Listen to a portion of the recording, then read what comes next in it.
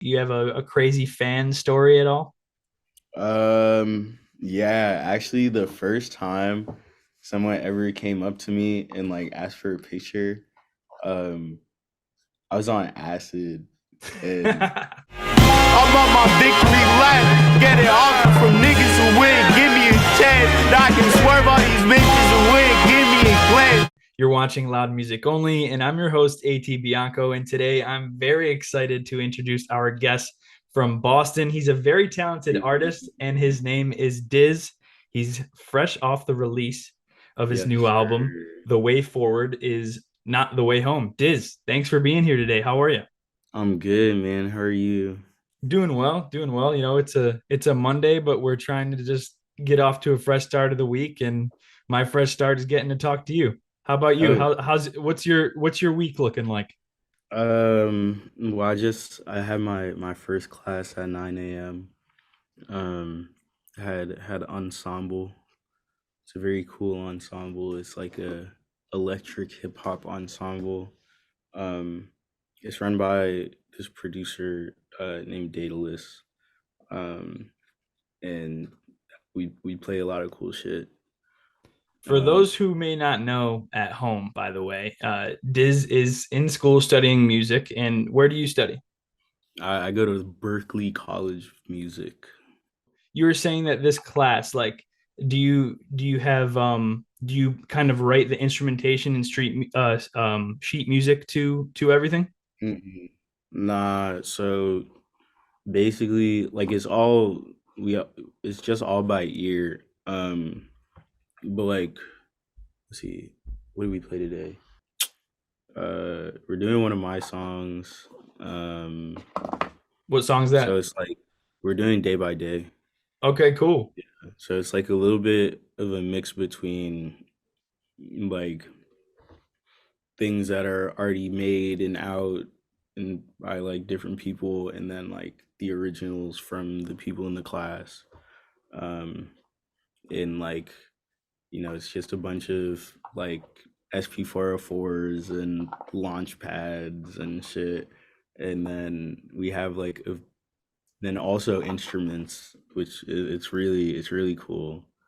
They're kind of just like figuring out how all the instrumentation is gonna go, kind of as it goes along. It's not very structured, which is kind of cool. So is this like a jazz based class, or does it have like a certain genre kind of? It's pretty much just all hip hop. We're doing like one like kind of jazz tune, um, which is Directions, which is a Miles Davis tune, but we're doing like a recording that like makes it into more of like a hip hop instrumental, which is pretty cool. If you want to mention again, like what's your official major? And I see you play a bunch of instruments. What instruments do you play? So my main instrument is saxophone. My major is independent recording and production. So it's like this brand new major at Berkeley. Um, and it's kind of just like for like bedroom producers, basically. Um, and that's pretty much all I do. Like I don't use actual studios or anything. Like I just make it all right here at my desk. Um, so like the major seemed kind of perfect for me. So I'm doing that. Um, I mean, I don't really play a ton of instruments. Like I kind of just produce, play saxophone. Um, I've been learning flute, uh, play some percussion instruments. For a lot of the production that we hear in your music, right? Mhm, It's definitely got a lot of jazz influences for sure. in your music too, as well. So I'm just curious, like, um, what made you? And we'll get into that more detail of like the influences within your music. But Yeah. I want to kind of hear your story before we hear the nitty gritty of like how you record and everything. I want to hear like your story and like how long you've been making music Hmm. and like what that process has been like for Yeah. you and how long ago was that? So I guess like I've been making music probably since like my freshman year of high school. Um, like I've always played music. Like my mom had me playing instruments when I was pretty young. And I hated it.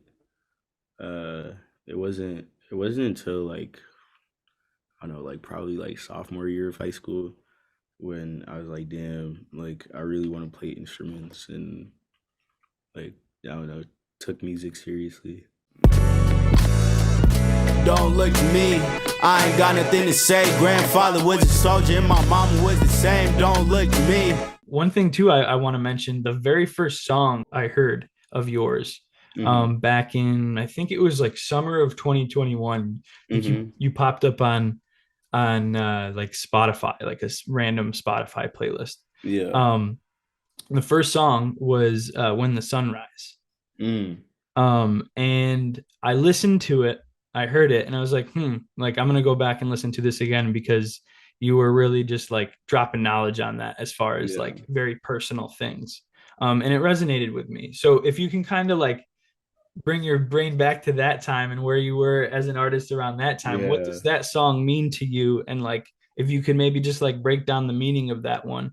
Because it Yeah. seemed Yeah. like it was very therapeutic in a sense. For a lot of your Mm-hmm. music is therapeutic for you to make. Yeah. So I mean like basically like the whole idea of that album was kind of like a just detailing kind of like the cyclical nature of life, but also like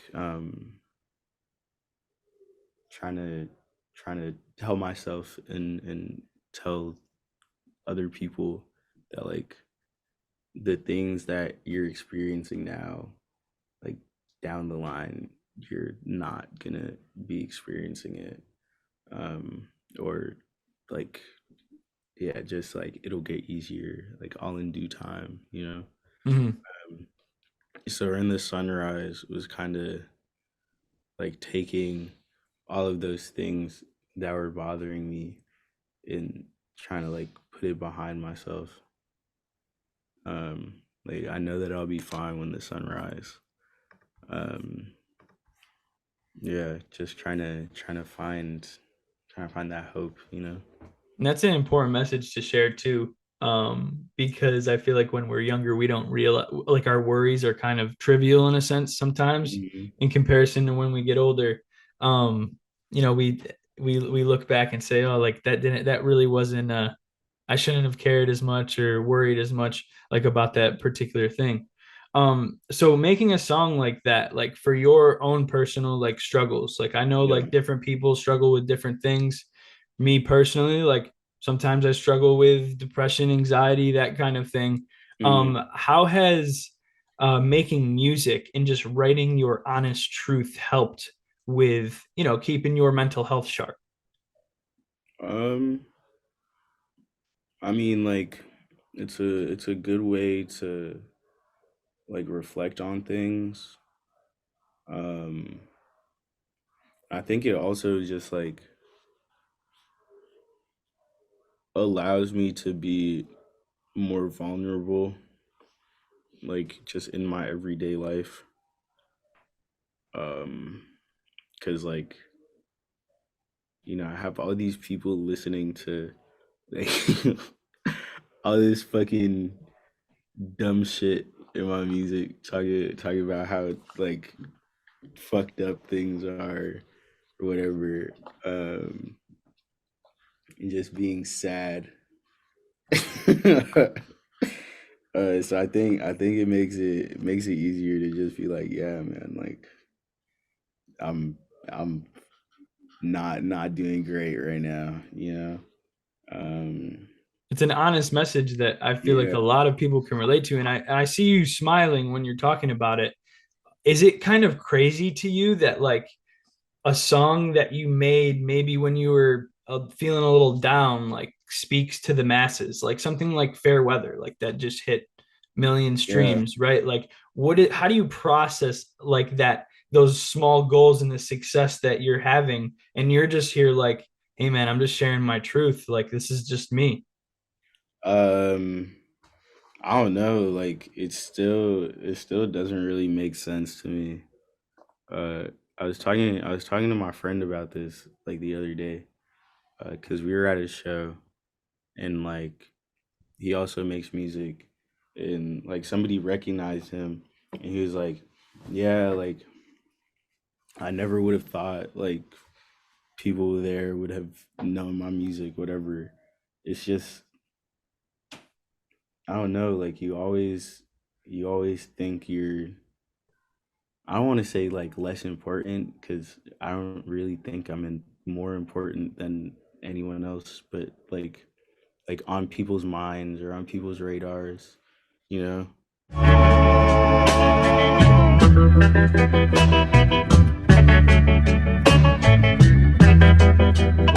With this album, let's get kind of talking into that too as well. The way forward is not the way home. Let's start with the album cover. Yeah. What was the? I'm a big album cover guy. What Okay. was the artistic vision behind that? Who created it? And hmm like, how did you come up with that concept? All right. So my friend Ezekiel made the cover. They're going to fucking the school of the Museum of Fine Arts in Boston, which is just like right around the corner from me. I mean, like I can't really like explain fully the intention of the cover. I think they'd probably do a better job at that. But what I can tell you is, I really wanted, to take one of my grandfather's pieces of work and use it as the cover art, because he was a visual artist, and um, his work was very meaningful for me. Um, but couldn't really find one that like completely fit.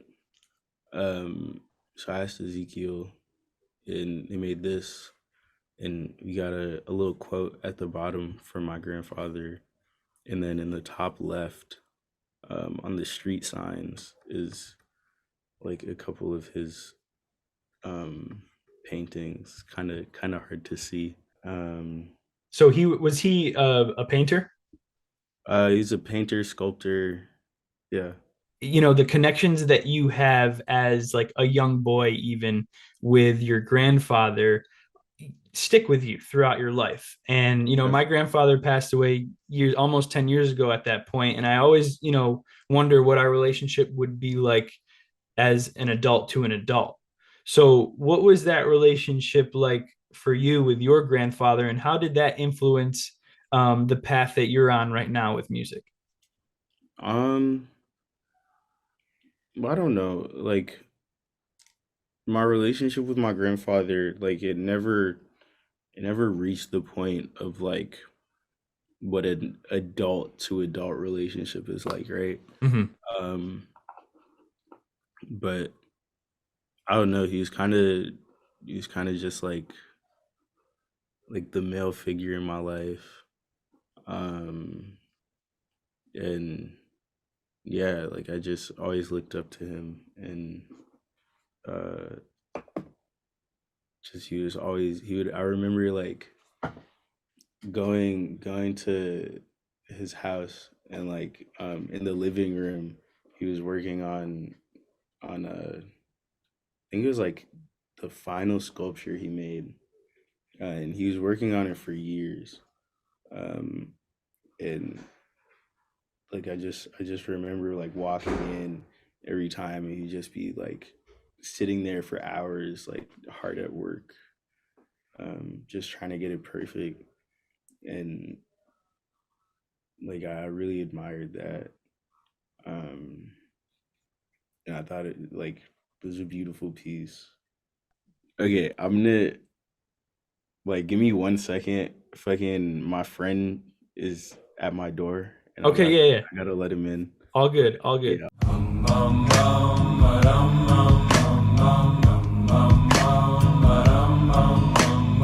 This is Aviad. What's up, man? Pleasure to meet you. Now, do you Trying to make some music. you make music as well?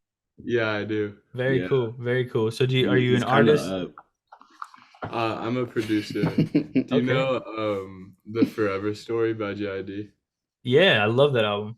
Yeah, I produced on Dance Now. Very cool. Oh, you're him. I was talking to my friend about you the other day. He brought your name up. He was talking about how, like, I don't know, that beat was made or something like that. Saw you, I don't know, in a video or whatever. There's a funny story behind that. I go to a Jewish summer camp, and that's like one of the songs that we would sing when we were like go to meals and stuff, like as a group. We'd be like bum bum bum ba dum bum bum bum. And it'd just be like a repeating thing, and the whole community would kind of like come together over it. When I went home, I texted my counselor. I sent him a voice memo. I was like, "Do you know the name of this song?" And he sent it. And then I like chopped it up. I made a beat around it, and then Christo, this other producer for JID, he asked for the stems. I sent it. He redid the beat, and then the rest is kind of history. Me and Diz just like make beats and stuff Cool. together He's mad young. every week. He's in high school. You're in high school. Yeah. Wow. Dude, congrats on the success. That's a really big placement. Do you guys share samples or like say like I don't know when you find I don't know if you guys go crate digging at all as far as for vinyls and stuff like that, but do you guys share a lot of like similar samples and stuff like that? Yeah, I go really deep into like YouTube and stuff, and I just find stuff with like 500 views nobody's ever touched before. And then those are the safest things probably, right? Yeah, our process is usually I just send it, I text it to Diz like when we're together, and then he'll put it in Ableton. I feel like you can do crazier stuff with samples in Ableton, and so we'll make like a loop, and then I'll do the drums in FL Studio, and it's a really fun process usually, especially when the sample is crazy. Yeah.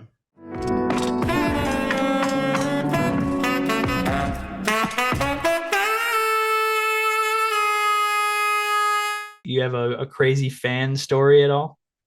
Yeah, actually the first time someone ever came up to me and like asked for a picture, I was on acid and like it was I was not expecting it. Like I was just right outside of school, like we were on the way to like this park and homie came up and was just like, "Oh shit, like are you Diz? Da, da, da. Can I get a picture with you?" Like I was not ready for it. So did you get like freaked out, or did you like embrace it? Nah, it was cool. Like that doesn't happen every day, you know. I've actually seen this kid a couple times, like while I was tripping, which he keeps reappearing. Oh my god! All the do you time. think he's like a figment of your imagination?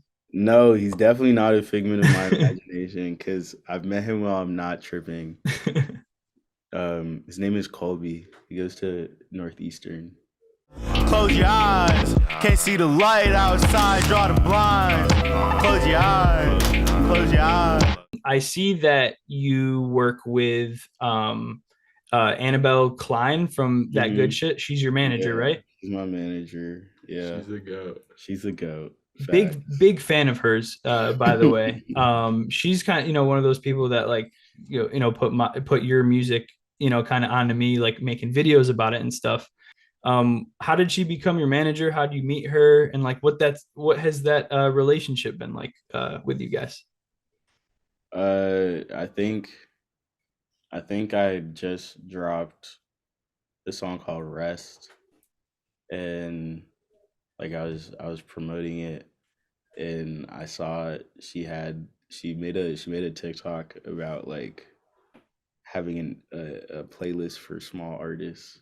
I was like, hey, you should add me to your playlist, and I guess she listened to my music. And like a couple weeks later, she was like, "Hey, you have management, whatever."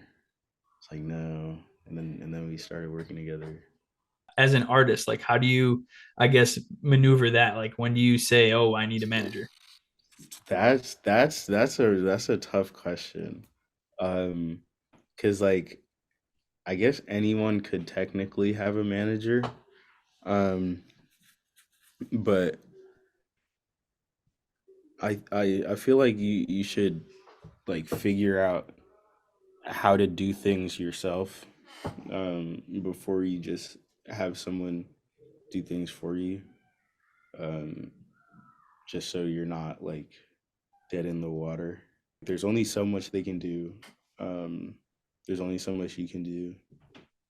So it's just a question that you have to ask yourself at a certain point. There's no like specific time when that has to happen. Do you have like a favorite, like three songs on this project that you really love because of Yeah. the meaning? Um, I really love Least of All. Um, I love Thank You. Um, I really like running away. That's the intro track, right? Yeah. Mm. So, you were kind of talking about running away beforehand. How was it like curating this album, like knowing what order in which you want to present these songs? Uh, so I don't really do much of that. Like I have my friend Alfred. Like I always send him my albums, and then he always comes up with the best way to structure it. Like most of the time, like I'll have the intro track and the outro, and then maybe a couple songs here and there where I know where I want them to be. And then like I'll send it to him and be like, "What do you think? Like, where should I put these?" And then he'll give me some good suggestions, and then we figure it out from there. I like that. So, you said you had the outro too as well. Hmm. Victory Lap's a great outro. I'd say that's probably my favorite song on the project. It sounds, I don't know, I listen to it and I'm just like, I wake up and I start my day, like it makes me happy. So when producing that song, did you produce that song fully, and just talk about the meaning behind that one? um, I don't know. Like, I made the beat, and I was feeling triumphant that day. That's a It's very like, triumphant beat. yeah, it's a very triumphant song. So I was just like, yeah, I'm gonna talk my shit. I'm on my victory lap.